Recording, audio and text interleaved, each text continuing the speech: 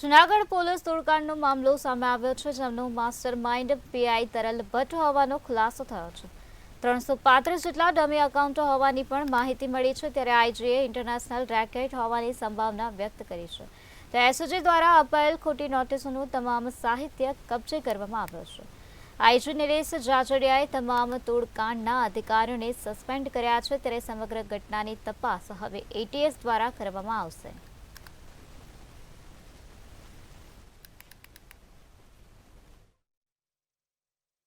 જે રીતે જૂનાગઢમાં એક તોડકાંડ સામે આવ્યું છે અને જેમાં ગઈકાલે બે પીઆઈ અને એક એએસઆઈ સામે છે તે બી ડિવિઝન પોલીસ સ્ટેશનમાં ફરિયાદ નોંધાઈ છે। આખી હકીકતની વાત કરવામાં આવે તો આ સમગ્ર ઘટનાને લઈને રેન્જ આઈજી નિલેશ જાજડિયા સાહેબ દ્વારા આ જે બે પીઆઈ અને એક એએસઆઈ છે તેની સામે કડક પગલાં લેવામાં આવ્યા છે। આ ત્રણેય જે કર્મચારીઓ છે તેને સસ્પેન્ડ કરી દેવામાં આવ્યા છે। જે રીતે કેરેલાનો એક વ્યક્તિ હતો ને તેનું જે બેંક એકાઉન્ટ છે તે ફ્રીઝ કરવામાં આવ્યું હતું ને તેને ઓનલાઈન બેન્કિંગ કરતા તેનું બેન્કિંગ ન થયું, જેના લઈને તેને એચડીએફસી બેંકના જે મેનેજર છે તેમનો સંપર્ક કર્યો અને તેને પૂછ્યું કે તેના જે ખાતામાં છે તે બેન્કિંગ નથી થતું, જેને લઈને તેને ખ્યાલ આવ્યો કે જૂનાગઢ જે સાયબર ક્રાઇમ એટલે કે એસઓજી દ્વારા તેનું એકાઉન્ટ ફ્રીઝ કરવામાં આવ્યું છે। આ સમગ્ર ઘટનાને લઈને કેરળનો જે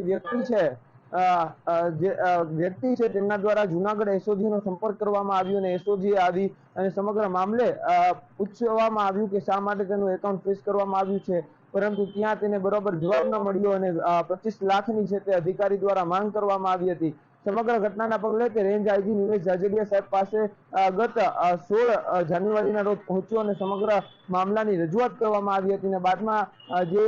જે ડોક્યુમેન્ટ હતા તેની પાસે જે તપાસ છે તે કરવામાં આવી હતી। બાદમાં નિલેશ જાજડિયા સાહેબ જે આઈજી છે તેમના દ્વારા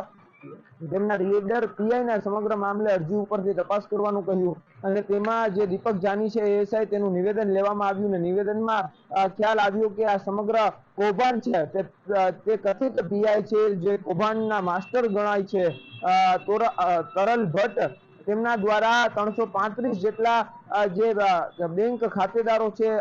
તેમના જે લિસ્ટ આપવામાં આવ્યું હતું એસઓજી પીઆઈ ને અને કહેવામાં આવ્યું હતું કે આ જે ખાતાઓ છે તેની અંદર ગેરકાયદેસર નાણાંની અવરજવર થાય છે અને કરોડોનું છે તે ટ્રાન્ઝેક્શન કરવામાં આવે છે, જેને લઈને આ ખાતાઓ ફ્રીઝ કરવામાં આવ્યા હતા। ખાસ કરીને આની અંદર જે ચોંકાવનારી વિગતો આવી છે કે જે ડોક્યુમેન્ટ છે જે પોલીસ દ્વારા જે કાગળો બનાવવામાં આવ્યા હતા, જે નોટિસો આપવામાં આવી હતી તે ખોટા ડોક્યુમેન્ટ છે તે બનાવવામાં આવ્યા હતા, એટલે કે ખોટા કાગળો છે તે બનાવવામાં આવ્યા હતા, જેને લઈને સમગ્ર મામલે છે તે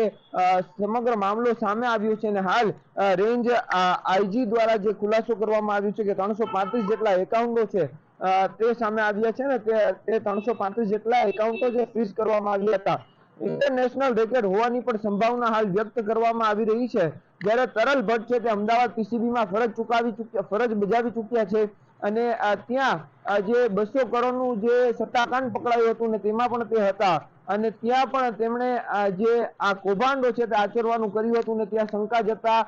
જે ડીજી સાહેબ છે તેમના દ્વારા તેમની બદલી જૂનાગઢ માણાવદર સીપીઆઈ તરીકે કરી દેવામાં આવી અને હાલ તે જૂનાગઢ માણાવદરમાં સીપીઆઈ તરીકે ફરજ બજાવતા હતા અને તેમણે આ જૂનાગઢમાં પણ કારસ્તાન કરતા હાલ તેમને સસ્પેન્ડ કરી દેવામાં આવ્યા છે અને તેમની સામે ફરિયાદ નોંધવામાં આવી છે।